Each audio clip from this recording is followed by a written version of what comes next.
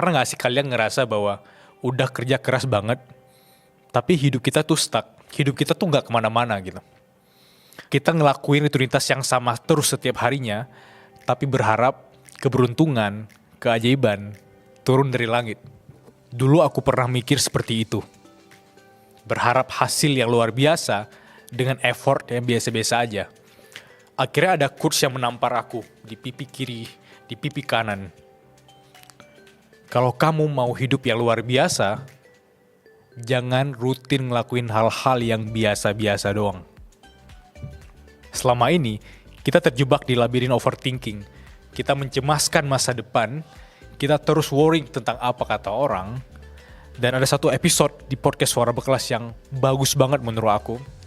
Ketika Mas Indra menceritakan tentang kenapa ya kita harus mencemaskan masa depan. Padahal masa depan itu tuh bukan milik kita, bukan kepunyaannya kita gitu. Milik kita, kepunyaan kita ya waktu sekarang. Kalau kita mencemaskan masa depan, itu kayak kita worrying atau mencemaskan tentang berapa biaya pajak mobil mewah kita lihat tadi pagi gitu. Mobil mewah itu bukan milik kita. Kenapa kita harus mencemaskan biaya pajak mobil mewah tersebut? Begitu juga masa depan. Karena itu bukan milik kita, itu belum milik kita, kenapa kita harus mencemaskan masa depan itu sendiri? Dan aku sering sekali ketemu orang yang selalu mengeluh dengan kondisi mereka saat ini. Yes, aku tahu kita pernah di fase terendah, aku juga pernah di fase paling rendah. Tapi memilih untuk tidak mengeluh, tapi memilih untuk bereaksi dengan cara yang lebih bijak, itu harusnya bisa kita pelajari dari sekarang. Dan ada conversation aku dengan Mas Indra juga yang dia bilang bahwa siapa tahu karena kita sedang memikul beban yang sangat berat sekarang, itu karena memang bebannya cuma kita yang bisa. Karena kita the chosen one. That's why Nabi, Rasul, dan orang-orang terpilih yang pernah hidup di dunia ini, ya karena memang mereka yang cuma bisa ngelakuin hal itu. Jadi dengan punya mindset kita itu bukan korban, kita itu bukan victim, kita adalah the chosen one, itu bikin aku lebih ringan dan bisa bikin aku menghadapi hidup yang tidak pasti nih, yang keras ini. Karena yang pasti, itu adalah bagaimana kita bereaksi terhadap ketidakpastian dunia ini. Dunia ini bukan punya kita kan. Misalnya gini, Mas Bilal punya kamera mahal nih kan ya. Terus saking mahal mungkin ada kamera yang harganya kan 200 juta, 300 juta, nggak pernah tahu ya. Terus Mas Bilal kayak mikir kayak, ini kalau kamera mahal gini, kalau patah biaya gantinya berapa ya? Kalau Mas Bilal tuh mikirkan hal yang Mas Bilal nggak punya. Kan itu bukan kamera Mas Bilal. Iya. Kita sehari-hari melakukan hal-hal yang semacam itu tuh. Kita ngeliat mobil-mobil, ini kalau mobil diserempet berapa ya? Ini kalau orang kayak gini pajaknya berapa ya? Hal-hal yang kita nggak punya kita pikirin. Nah hidup itu juga kita nggak punya. Hidup itu tuh dalam penjagaan Tuhan Yang Maha Kuasa tuh. Saya percaya atas hal itu.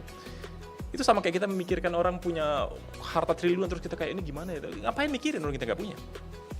Sama kayak bilang ngapain mikirin masa depan kalau emang hidup tuh bukan punya kita. Dan saya meyakini kita tuh dalam penjagaan yang sebaik-baiknya oleh Tuhan Yang Maha Esa. Tugas kita lagi-lagi tuh bekerja bertanggung jawab hari ini sebaik-baiknya. Besok tuh urusan besok. Hari ini sampai keluar saya amit-amit tabrakan juga saya nggak tahu. Dan saya menerima itu sebagai sebuah konsekuensi dari hidup yang bukan punya saya. Jadi dengan itu saya tuh jadi nggak pernah overthinking.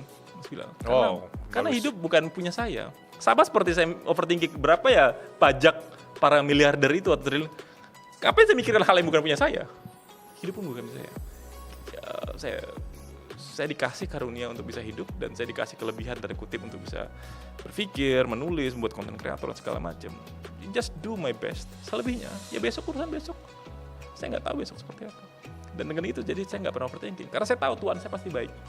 Dan kalau saya ngerjakan hari ini dengan baik, itu yang bisa saya lakukan kan. Perihal Tuhan saya kemudian marah atau enggak itu besok itu bukan urusan saya. Yang saya bisa lakukan adalah I do my best today. Saya datang tepat waktu dan I appreciate your invitation ngomong di sini. It's the best that I can do today.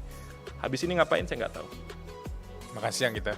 Iya maksudnya habis ini kalau misalkan saya sakit jantung atau apa itu kita nggak tahu maksudnya. Tapi iya sih maksudnya itu contoh orang yang menurut aku sudah berdamai dengan dirinya sendiri dan hidup ini gitu. Tapi bagi orang-orang yang masih awam banget, yang masih dihadapkan dengan overthinking terus, tidak ada uang di saldo rekeningnya gitu,